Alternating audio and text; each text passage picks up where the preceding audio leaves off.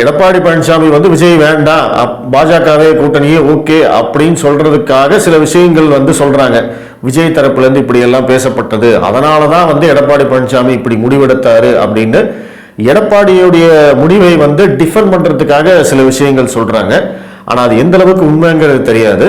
But நம்ம வெளியிலேருந்து பார்க்கிற போது விஜயுடைய பிளான் வந்து இதுவாக தான் இருக்கும். ஏன்னா அவர் இன்னைக்கு வந்து களத்துக்கே வராத போது அவர் வந்து அதிமுகவோட கூட்டணி அப்படின்னு சொல்லிட்டாரு அப்படின்னா அவர் களத்துக்கு வந்து என்ன பேசுவாரு?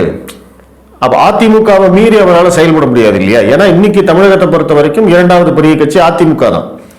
அப்ப அவங்களோட கூட்டணியும் போட்டதுக்கு அப்புறமா கூட்டணி தலைவர்களோட மேடை ஏறணும், அவங்கள வந்து கூப்பிடணும், அவங்களுடைய கருத்துக்கு இவர் பதில் சொல்லணும், இவருடைய கருத்துக்கு அவங்க பதில் சொல்லணும். ஸோ இந்த மாதிரி நிறைய சிக்கல்கள் இருக்கு.